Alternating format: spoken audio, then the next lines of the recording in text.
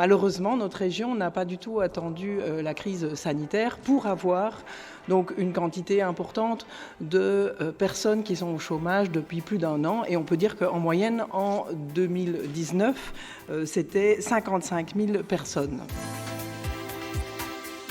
Les territoires zéro chômage sont une piste intéressante à explorer. On ne dit pas que c'est la panacée, mais c'est vraiment une piste intéressante qui nous semble importante d'essayer.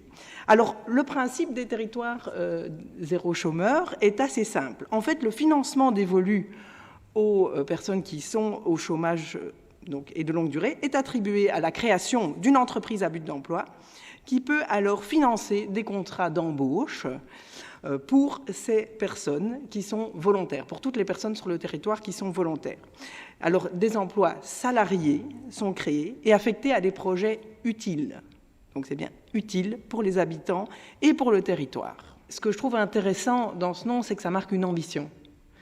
C'est qu'on parle bien d'un territoire, sur un micro-territoire, et là, on va, en tout cas, identifier toutes les personnes qui sont loin de l'emploi et qui sont volontaires de rentrer dans un mécanisme. Alors, il y en a, vous l'avez dit, il y en a qui ne seront pas volontaires, parce que peut-être que leurs conditions de vie font que, dans cette étape-ci, eh bien, ils ne sont pas en état de travailler, aussi pour les salaires qui seront proposés. Mais néanmoins, toutes les personnes volontaires peuvent rentrer dans la démarche. Et l'idée, c'est de travailler aussi sur la confiance. Parce que vous comparez aussi avec des mécanismes, on compare un peu des pommes et des poires. Parce que d'un côté, on compare avec des mécanismes qui sont relativement précaires, donc c'est une durée limitée. En tout cas, si on prend Activa, si on prend les articles 60, les gens qui sont au chômeur, qu'on active et qu'on dit « mettez-vous dans la boîte qu'il faut pour, avec plus ou moins de motivation ». En gros, souvent, économiquement, ils n'ont pas le choix. Et, tandis qu'ici, on va travailler sur base volontaire et on va travailler à partir de leurs compétences.